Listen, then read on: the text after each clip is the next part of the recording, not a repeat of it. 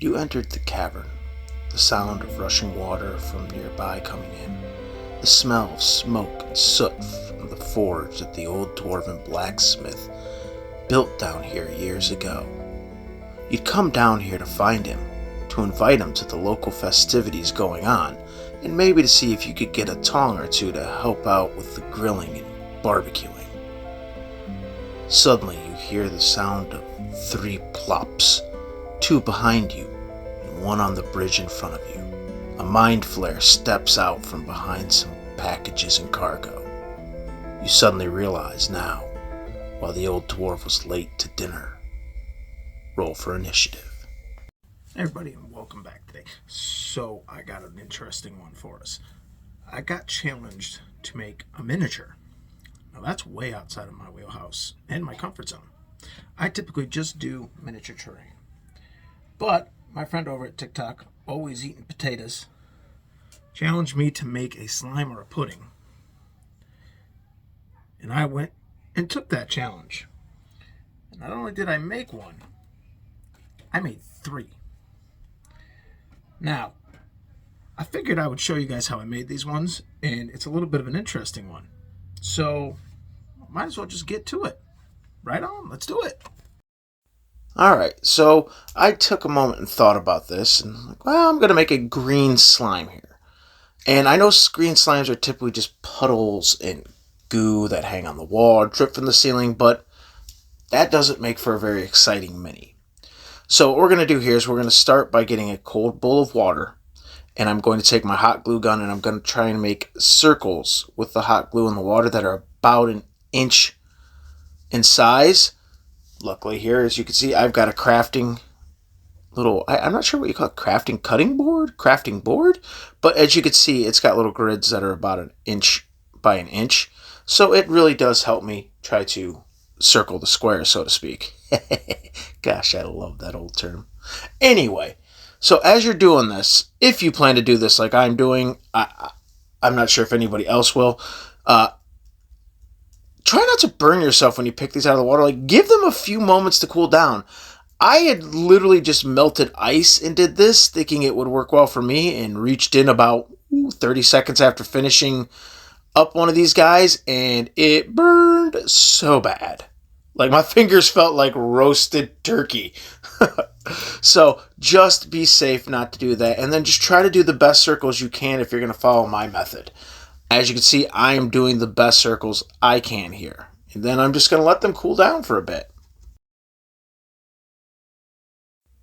Now I'm going to take the glue gun here and I'm going to do this kind of back and forth motion. I'm trying to create like a pseudopod. I really loved the old horror movies like from the 50s and then the remakes of them, things like The Blob. And that's what I'm trying to channel here when I'm doing this, is I'm thinking about The Blob as a kid and how it scared the living tar out of me to think this like oozing gelatinous mass could just catch you and dissolve you.